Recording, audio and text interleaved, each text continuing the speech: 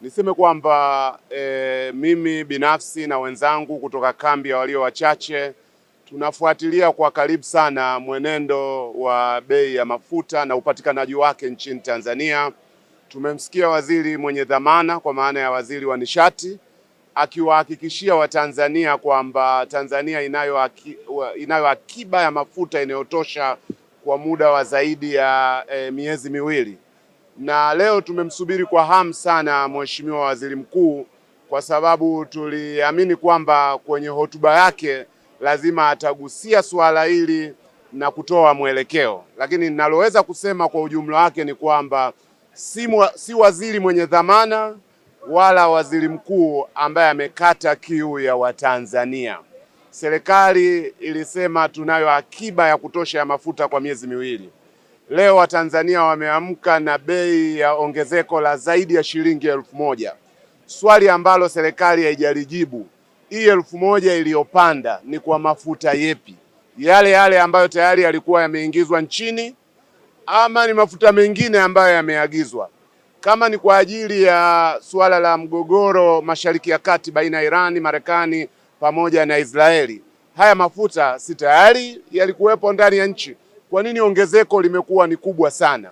Kauli ya jumla ya waziri mkuu haijawasaidia Watanzania kujua nini kinaendelea. Lakini suala la pili, waziri mkuu amesema na waziri wa nishati alisema kwamba ongezeko litakuwepo lakini litakuwa himilivu. Tunaiuliza serikali, ongezeko la shilingi 1000 ndio ongezeko himilivu?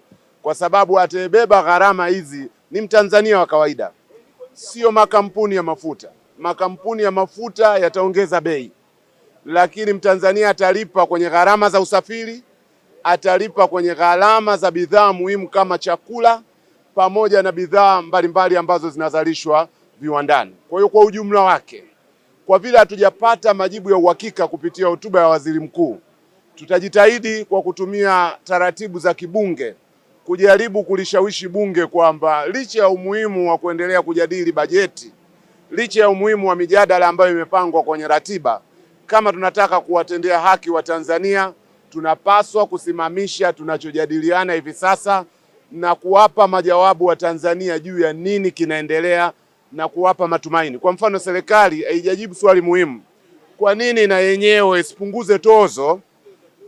Ukipunguza 300 kwenye tozo katika kipindi cha mpito, tunajua tozo ile inategemewa sana katika mapato ya serikali, lakini kipindi cha mpito hiki kinachotokana na mizozo inaendelea Mashariki ya Kati, ukipunguza 300 maana na ile bei nayo itapungua kwa shilingi 300. Kwa hiyo huu sio mjadala mwepesi, unahitaji majibu ya kina, na tunawaahidi wa Tanzania tutajitahidi kadiri ya uwezo kurejesha mjadala huu bungeni ili waweze kupata majawabu ambayo yanahitajika.